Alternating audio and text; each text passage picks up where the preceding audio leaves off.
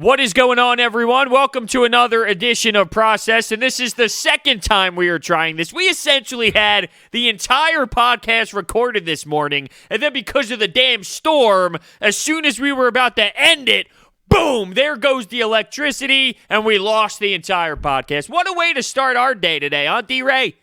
Oh, my God. That shit was first thing in the morning, too. That hurt. But we good. We still got a shit ton to talk about, so let's get it. Yeah, no doubt about it. You know what? And I will say this.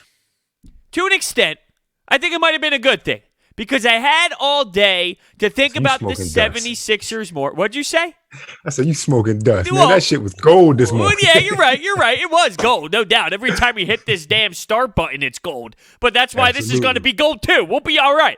But it gave me more time to just think about this 76ers team. And I'm not going to lie to you, there is a fucking problem, all right? That's reality. There's a problem with this team. It's so sad that I felt better watching the exhibition games than I did what I saw here in the first two regular season games back. That's crazy. I mean, I can't say you're crazy because I see what you're saying. They look better in those exhibition games, but that's crazy that it's come to a point where it's like, I don't know what the hell happened. Not saying you were gung-ho on this morning, but you seem fed the fuck up. So please talk to me. Well, look, I mean, this morning, what I did was, after the win against the Spurs, I took some positives away. I took some negatives away. I was like, okay, here's some positives. Tobias Harris looks like he has a little bit more step in his game. Joel Embiid put back-to-back games together. That's great. Shake Milton bounced back. Those were the positives. But the negatives... This is a problem. The negatives is a huge issue with this team, and I don't think they're going to figure it out. The fact that Brett Brown doesn't know his rotation yet, that is an issue, right? And not only that, he's trusting guys that should not be trusted. In the fourth quarter, there is no way in hell that Raul Neto and Furkan Korkmaz should be on the court at the same time. It should be Shake Milton and Alec Burks as your 1 and 2, or you can have Matisse Thybulle in there. It shouldn't be Furkan and Raul Neto. I'm sorry, that is just really bad basketball.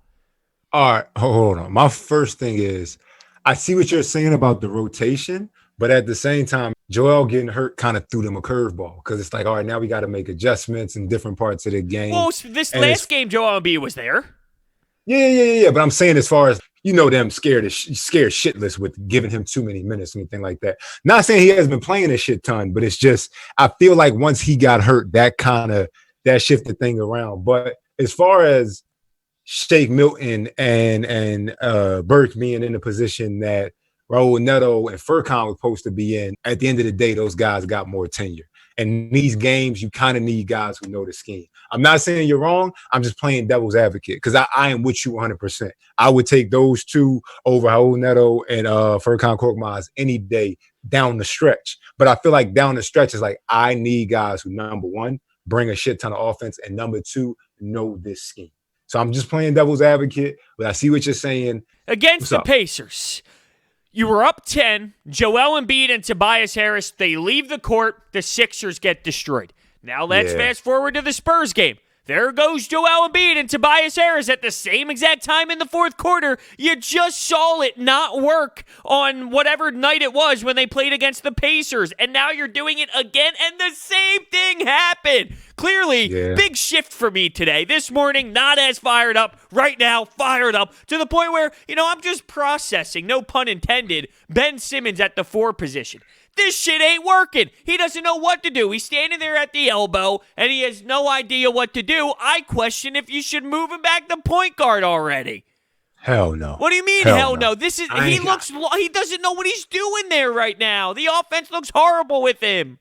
I'm not for him. I'm not for going back to that old shit. I'm sorry. We said it. I want to say it was right before they started. So it was that episode 22, 23-ish. Yeah. Hell no. I am not for going back to the old way of doing shit. To me, this change of the guard was exactly what they needed. Is the shit going to be immediate? Obviously not. But I am not for shifting him back to the point guard and pretty much playing 4-on-5 when it comes to offense because his ass is at the top of the key and his man can help whoever. The only time that situation to me is good is how it played out for Shake Milton at the end of that game, where they are so scared that Joel Embiid's going to get the ball and score, that they double his ass. The problem is Shake Milton and Ben Simmons are two different players. Obviously, Ben Simmons head and shoulders better than Shake Milton overall, but when it comes to that three-point shot and how much he limits people without having that three-point shot, or should I say the willingness to take that three-point shot, him at the top of the key or him on the wing, it's 4-on-5 offense. I'm sorry.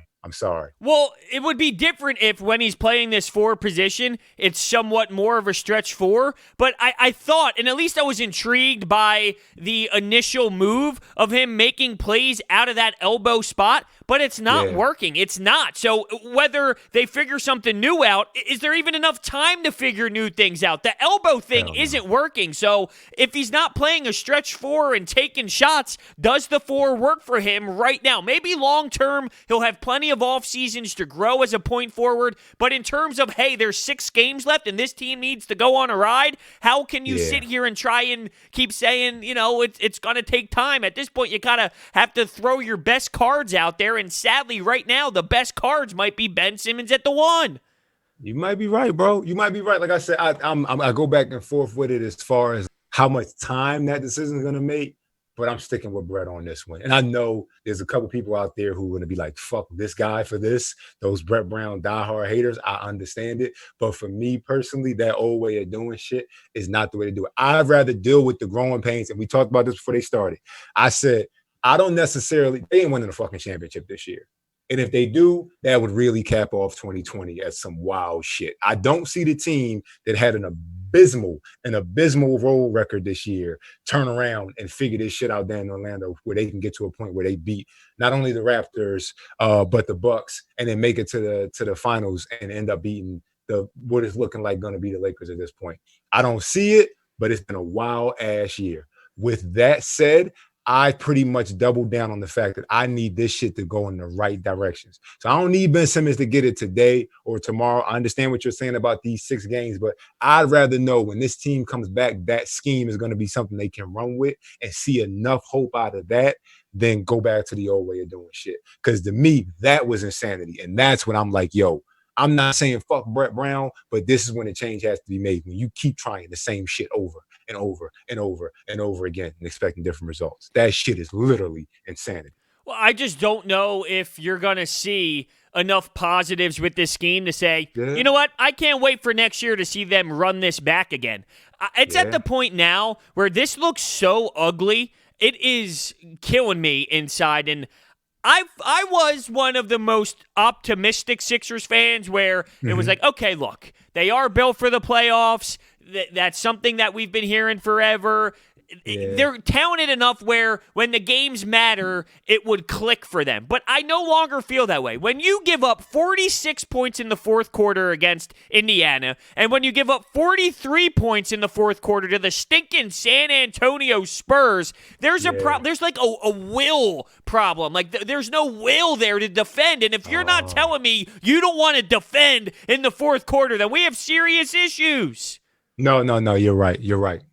I can't. At the end of the day, and they've been known to play down, but I see what you're saying. If you can't do it against them, how the fuck are you going to do it against the Raptors, who still look great, by the way? Like, I hate people who tried to chalk that shit up to Kawhi. Obviously, Kawhi was the quadruple dunk, that got them over the hump or whatever. That shit went to 7 games. That was great. But this team is still phenomenal without Kawhi Leonard. So it's like, you can't expect that team to be the team that's going to beat the Raptors if they can't handle the Pacers. I agree with you, dog. I look at the Sixers right now, and they don't even compare to the Celtics, to the Raptors, and I'm not even going to say Bucks Lakers because that's a no-brainer, but they don't compare to those teams. They don't even compare to the Miami Heat. There is some sort of problem when it comes to this team right now, and I do not feel confident at all that they will be able to put something together to win. And I hope I'm wrong. I have been very optimistic when it came to them being able to flip the switch,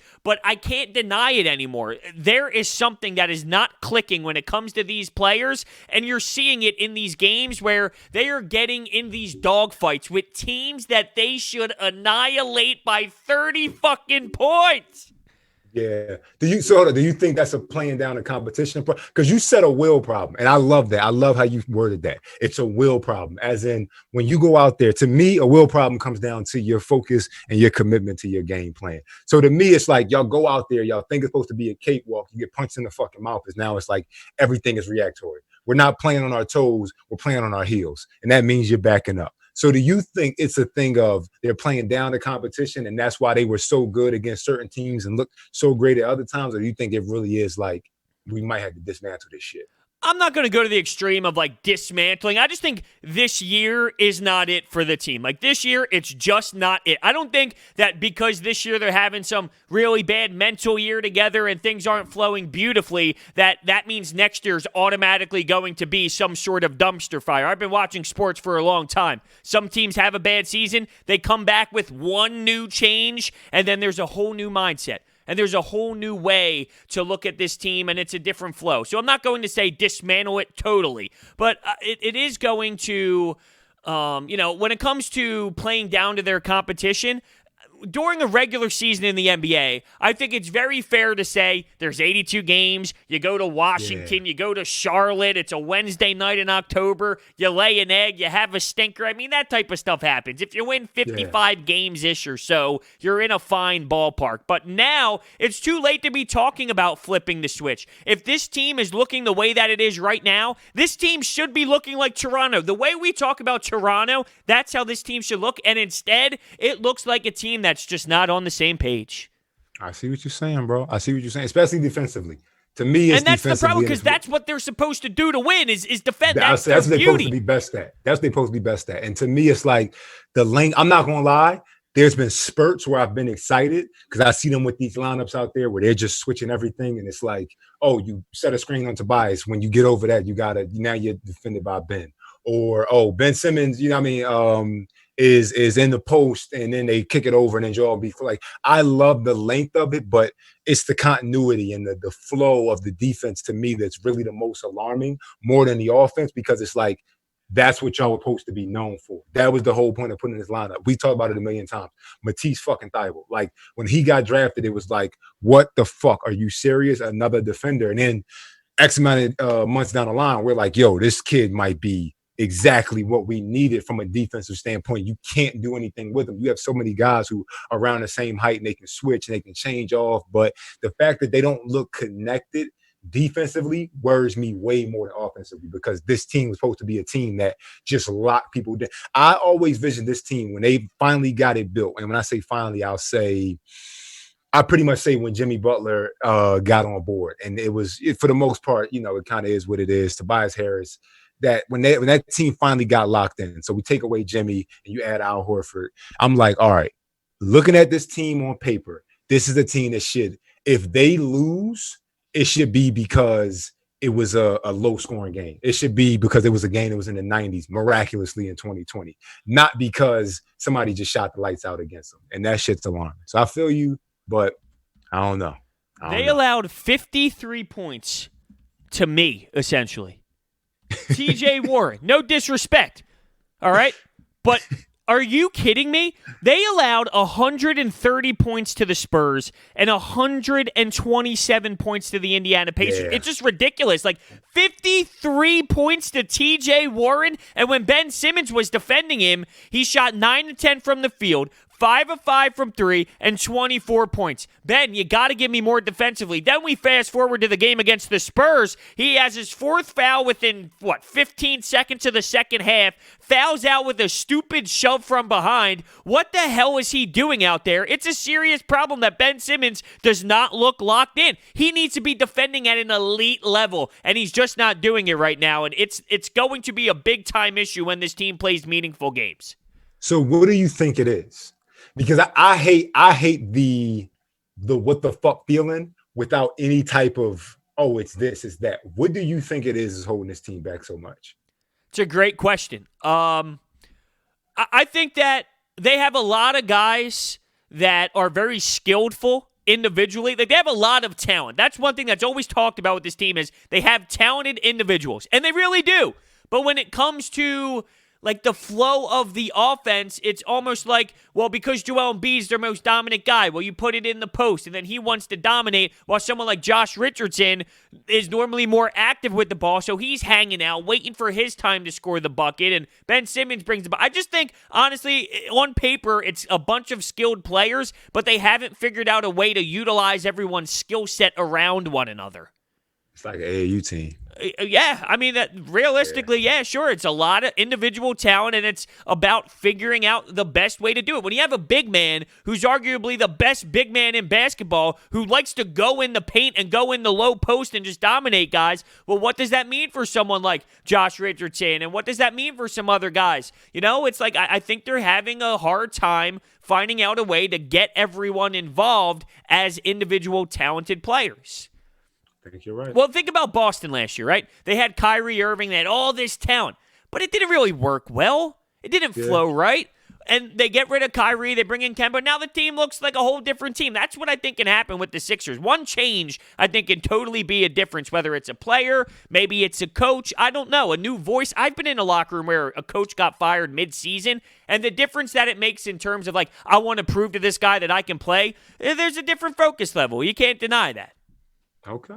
I can't disagree with that, bro. You're right. Yeah, that shit it changes players. Yeah, no doubt. My biggest concern though right now, looking at Brett, is the fact that he doesn't have a rotation set. To me, it's simple. It's your starting five. So let's say it's Shake. I'll write it down here. We got Shake, Josh Richardson, Tobias,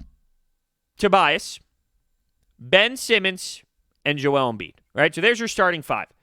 Mm-hmm. Then you got Al Horford on the bench. Al, Glenn Robinson III, Burks, Matisse. And he might not go 9. And that's 9 guys, right? So no Furkan, no Neto. That's my 9. But in a game, I'm going 8. It just depends. Maybe it's Matisse over Burks that night. Like, you just don't have enough minutes when you look at when you're getting 40 from Ben and 37 from Josh Richardson and things like that and 38 from Embiid. I think you go Al, Glenn Robinson III, Burks, Matisse. There's your 9 that are going to play. Now it's just, hey, maybe 8 plays one night and Alec Burks doesn't play one night, Matisse does. Or, you know, you figure it out from there based off that specific night. But that's my 9. Like, you should know that. You shouldn't be giving Neto fourth quarter minutes at this point. It's just reality. You shouldn't. Yeah. I can't disagree with you, bro. Can you feel my frustration? Facts. I'm about to say that's why I'm like, yo, this shit is, you know what I mean? I'm like, go. Like, I hear you because you're not, you know what I mean? Like, if you were up here talking about how Brett Brown, like you said it this morning, how somebody said, I don't know if it was in the comments or on a hotline or something, they were talking about how Ben Simmons had a bad game, and that's Brett Brown. Yeah, so what I did was, real quick, I put up a Twitter poll, and I said, whose fault is it that Ben Simmons had a bad game? And I was laughing, right? Like, I wanted to see how many people would actually put Brett Brown as the reason why Ben Simmons is playing bad. And it came out to 65-35. So 35% of people thinks that Brett Brown is the problem and the reason why Ben Simmons is playing bad, which is just asinine. Yeah. Like, that's what I mean. If it was some shit like that, I get it. Bang your head on the table. You know what I mean? Like, just lose your shit. But these type of problems are real concerns. So I ain't saying I'm disagreeing with you. It's just, it's crazy to be having this conversation. No doubt. It's just a lot of things went through my head today, and I want to get your thought here on some defensive stuff the Sixers have been utilizing. So I was looking at an article on The Athletic. Rich Hoffman put it up, and there were some videos implemented in there. And one of the problems the Sixers have had over the years with Brett Brown's philosophy defensively is just the standard pick, and a player comes around the pick, and he has that pocket where you can shoot that mid-range game, and those guards would utilize that pocket as a player would try and fight over the screen and he'd be able to knock it down. It seemed like they went with the new approach at times where you go under the screen and you get a little bit of help there to kind of corner the ball handler, if you will, and keep them outside the perimeter instead of getting to that pocket. But that hasn't seemed to work either, as I ran off those numbers of them getting destroyed late in ball games. So, from your perspective of being on the court, what do you think about those two different ways to defend?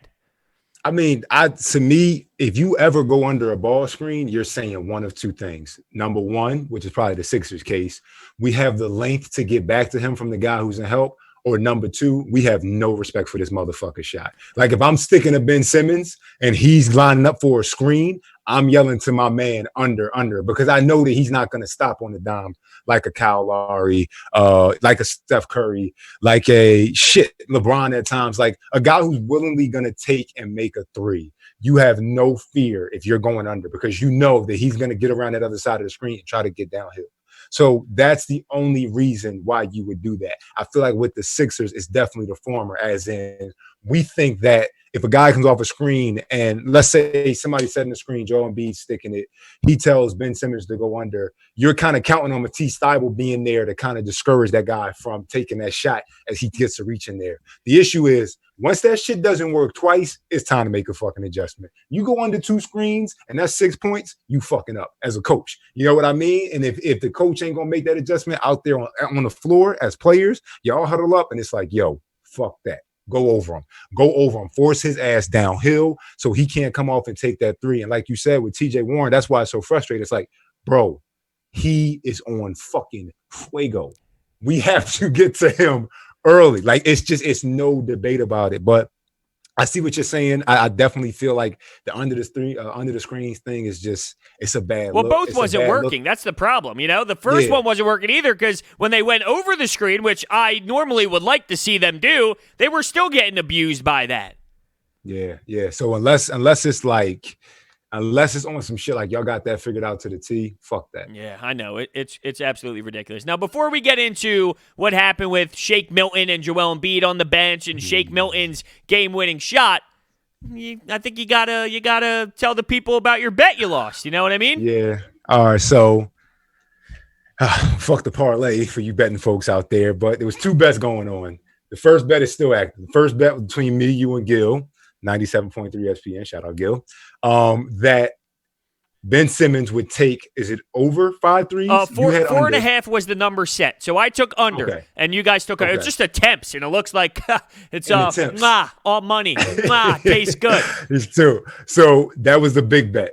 The side bet was me and you I said that the time we record another episode, he's definitely going to take at least 1 3. He might have in practice. It's just a shame we haven't seen that one, so it doesn't count. Exactly. So go ahead. So thank you, Ben. This morning I had to start. We lost power. I had to start shaving my shit, but I guess I got to finish this. So on air, we're going to do this. You're going to read off this Manscaped thing, Absolutely. Right? You got that while I handle this? Absolutely. You do the business. You do the business.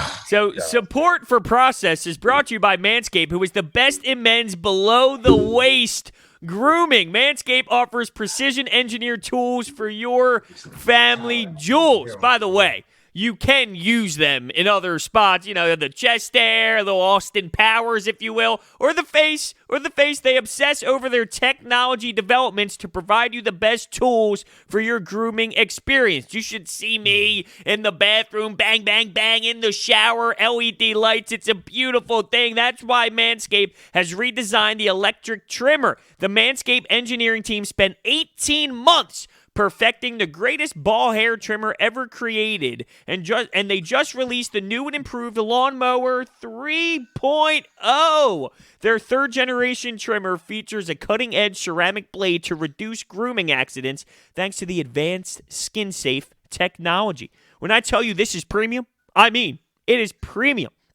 The battery lasts up to 90 minutes, so you can take a longer shave. The waterproof technology allows for you to groom in the shower. I mentioned the LED lights. They've upgraded to a 7,000 RPM motor with quiet stroke technology. You can't even hear it. And let's not forget about the charging stand. Get 20% off and free shipping with the code PROC at manscaped.com. That's 20% off with free shipping at manscaped.com and use code PROC. You look good. Looks like you're 15 again over there. So this shit's smooth. Yeah, it looks like you're 15 again over there. Look at that. Straight young boy. Should I go for the whole goatee? I said I would cut it up. Not all off, but should I go for the goatee? Yeah, I like it. The goatee makes you look older. It's like, wow, that guy's not 20. Let's just say someone's 25 with a goatee. It's like, oh, that guy must be 32.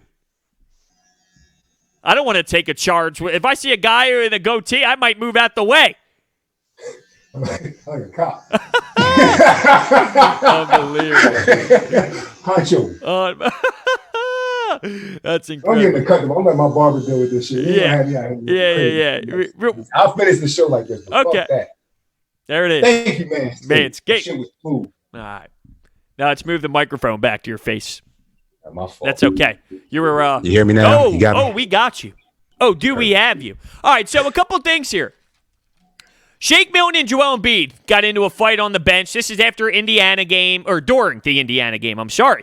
TJ McConnell with the couple. We've seen it before. Baseline steals, being a pest. Shake Milton, bad body language. And you can read some lips during a replay. I'm going to slap the shit out of you, Joel Embiid said. And I'm like, whoa, hold on. I like Joel Embiid being a leader, right? Telling people that, hey, this is my team to an extent. But when you see a rookie who's in a big-time position, who looked to have a bad day, I don't know if you go, I'm going to smack the shit out of you.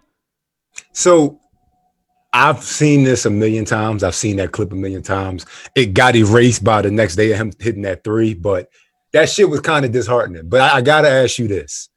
Do you think he was trying to channel his inner Last Dance on that one? As in, like, he saw that and he said, listen, maybe what it's going to take sometimes, because obviously you can't do anything outside of your personality, but sometimes what it's going to take is pushing the motherfucker to a point where as long as they push back on everything, and if you get caught in the crossfire, it's cool, but as long as they get to where they're trying to go, cool. Do you think that he took a page out of Jordan's book with this one? I'm going to say, in theory, I understand why that would be brought up. But I think that was just straight up frustration. I honestly do. I feel like he was so frustrated, some bad passes involved. He was just annoyed and bothered. I don't know if Joel Embiid has the mindset of, you know what, I watched Last Dance last week. Yo, Shake, I'm going to smack the shit out of you. Like, you're not eating after practice tomorrow. I really don't know if he went to that degree. So I think that it was more just frustration. But I'll tell you this. What I like about Shake Milton, he did bounce back the next night. He hit the game-winning shot, and you saw Joel Embiid posting up, and you did see him kind of draw a defender too, which is the power of Embiid. But Embiid was posting up, and Shake Milton goes, I'm taking the shot. Now, Shake Milton was way more wide open, but just the fact that, you piss off the superstar of the team the game before, and then with 6 seconds to go, it's like, hey, this is my shot. I love that. Yeah, that's balls. That's balls. And I will say this about this play. And I watched it today again, and I was like, something about the play just didn't sit right with me. The most underrated part of that play was exactly what he's here for. Al fucking Horford.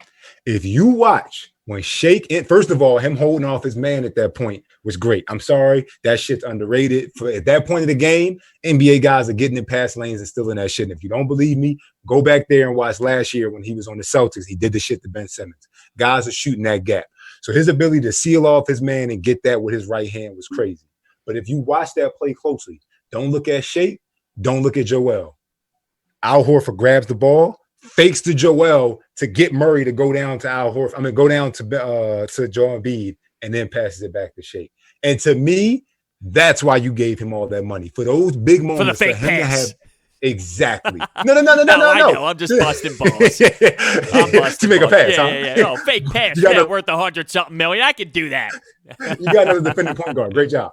But no, I'm serious. And those big moments, to have that wherewithal that younger players just don't have, that cleverness, those little minute details that are different between winning and losing. Because a fucking rookie probably would have grabbed that ball, threw that shit right into Joel, it got picked off, or he doesn't get fouled, ball game. Like, that shit to me is why you have Al Horford on. Well, it's funny you mention Al Horford because I do think he played a strong second game. But the numbers he gave you in the first game against Indiana, he was minus 26 in 23 minutes. We talked about how bad Greg Monroe was. Like, Joel Embiid, when he leaves the floor, which is going to be about 10 minutes or so in the playoffs, you got to have someone who can be there that can help this team. I mean, you can't be giving me minus 26 in 23 minutes type Al Horford. That just is not good enough. No, that shit was abysmal. I can't. How it almost, honestly, doesn't it seem impossible that Al Horford would give you that type of performance? Hell no, man. Anybody can have a bad night. Yeah, but he's had consistent bad nights here. Yeah. It's getting to a point where it's like, well, what the fuck is really going on? You know how I feel, bro. You know how I feel. Yeah, you're way more optimistic than me and most. No. I am. I'm saying in the sense of, as far as Al Horford goes, that rant I just went on is why I want him here. That's why I like him here. I don't think it was worth $100 million, but that's why I like him. But it's this team to me just seems to be, I think the process shit, I hope we don't get trapped in it, but it just seems to be the type of team that it's like, you're really going to have to be patient. And when you get there, you got there. You know what I mean? Like, could I see these motherfuckers going off and running off several championships in a row once they get there? Yes. The issue is getting there. Like, I really think the process is the perfect name because you got to trust this shit to the fullest. So it's not really optimistic. It's more of a faithful type of thing because I understand that bullshit is bullshit, but it's just, it's a slow grind. I'm with you long term. Don't get me wrong. I am with you long term. I'm not someone that look. I'm frustrated as hell with Ben Simmons right now, but I'm not a trade Ben Simmons. He stinks type of guy. I'm just frustrated with him because I expect more out of him. And the one thing I love to bring up with these people who Ben Simmons stinks. Ben Simmons not good. He doesn't do much on the floor. I don't know what you see with them. Those type of people wouldn't be that pissed off if you didn't think that Ben Simmons had a high ceiling. Raul Neto stinks. Furkan stinks. Those people don't get pissed off. Yeah, they don't get pissed off about them, but they get pissed off when Ben Simmons, is having bad games. And there's a reason why that is. Now, with that being said, though, like, I'm okay long-term, being patient, understanding this is a grown man's league. I've been around basketball, watching basketball for a long time and seeing NBA titles for years now, knowing that you got to be a grown man to win in this league. That's reality. I get it. But you can't be giving me the type of performances that Ben Simmons has been throwing out. Offensively, I'm telling you, this whole elbow thing, I was intrigued by it because it was something new. But now that I've seen it for a couple games, there is a disconnect there with this game. And it's I'm not going to say it's holding him back because I think that there's times where he could be more aggressive in the elbow spot and he's not. Yeah. So some of this goes on him too. But, there is a big-time issue with Ben Simmons right now all around. And if he's not going to do the thing that he does best, which is defend, then this team has some serious issues moving forward for this year, for this run. Yeah, I'm about to say, for these next 2 weeks. I mean, they got 6 games to figure this thing out, and I have zero faith that they turn the switch. I was holding on to they will be able to switch to flip the switch when the games matter, but there's just something about this team that screams that switch is just staying down, and that's reality for this year, so it is what it is. All right. We talked about this last episode. And we called how many games? You said I said 4 and 4. You said 4 and 4. I said optimistic 7-1, but realistically, I see a 6-2 type situation. Yeah, you must have been drunk. I'm about to say, who would remain in 6 games? I said, this ain't water in this damn bottle. You know what I mean? But who would these big ass bottle? Who would remain in 6 games? I'll look it up right now. I do know some of them, but I know they played the Washington Wizards. Okay, so Wizards. Wait, what is it? August 3rd? Okay, yeah. So Wizards, Magic, Trailblazers, Suns, Toronto, Houston. Dang. Oh, they got losses on there, my friend. They can't even beat the Spurs. They got this. Well, isn't that crazy? They won the game, but it felt like a loss. They allow 43 points in the fourth to the Spurs and 46 to the Pacers. It's a nightmare, dude. I tried to hold on. This was me venting. I needed this. I feel you, bro. I feel you, man. I'm going to have a late night cup of coffee. I'm going to have some mint chocolate chip ice cream. I'm going to put my feet up and watch some basketball, watch some playoff hockey. By the way, you came down here, you saw the basement, you saw the concepts. Mm-hmm. I ordered a third television. Just came in today. It's bald. We're going 3 TVs on the wall. It's bald. I love it. And on a high note. Yeah, of course. I mean, that's what we do here, right? We end on the high note. Well, I'll tell you what. We had a hell of a morning. Mm-hmm. I'm going to end this before the power goes out again. Who knows? So we fought through it. Yeah, we did. We did. And I think it was a good thing. I told you. Maybe it was a blessing in disguise. Somehow, some way, blessing in disguise. Exactly. So thank you all so much for listening. And we will see you after the next 2 games that happen. After the Wizards game, and I already forget who the hell they play after that. The Magic, maybe? Yeah, something like that. See you guys next time.